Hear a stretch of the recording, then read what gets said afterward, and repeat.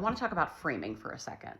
I've been reading a lot of articles about the Duke of York and his fresh scandal. This time it's for a relationship with an alleged Chinese spy. There is no bottom for this man. Obviously, articles on this topic make sure to catch people up with the Duke of York and give some table setting, give some information about Prince Andrew. But it's how, in this article from the Times UK, that they worded this that kind of blew my mind. Quote, "Since Andrew stepped down from official royal duties 5 years ago, Charles had continued to finance Andrew's lifestyle from his private funds, including round-the-clock security, understood to cost about £3 million a year." Since Andrew stepped down from official royal duties. I'm gonna have to stop you right there. Step down is doing a lot of heavy lifting here.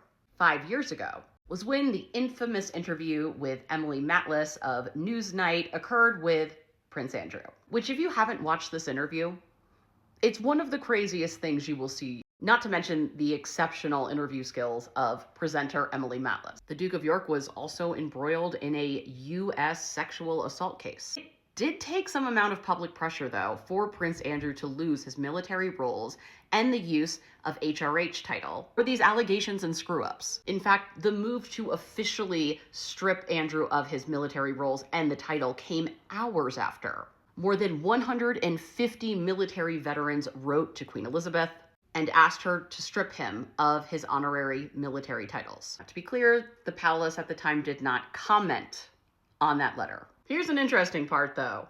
The letter also said, quote, "We understand that he is your son, but we write to you in your capacity as head of state and as commander-in-chief of the Army, Navy, and Air Force. These steps could have been taken at any time over the past 11 years.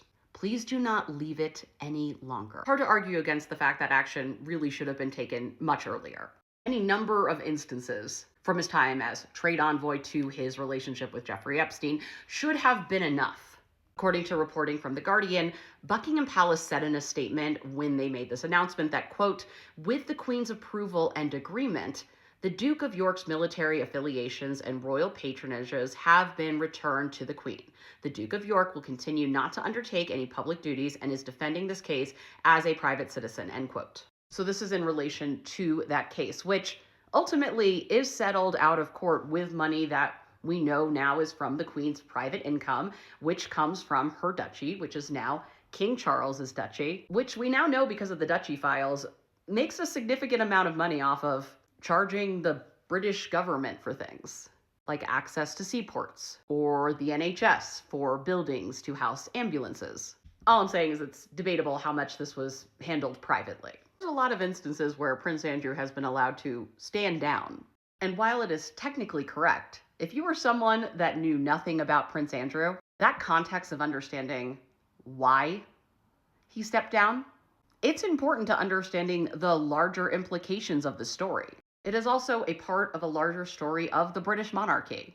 Because to any person, to any institution, there is good and bad, there are warts and all. I think it's important to add in there that he stepped down from royal duties in 2019 after public pressure and pressure from military veterans, after a disastrous interview about his relationship with Jeffrey Epstein and his, at the time, impending lawsuit against him in the US for sexual assault. Context matters.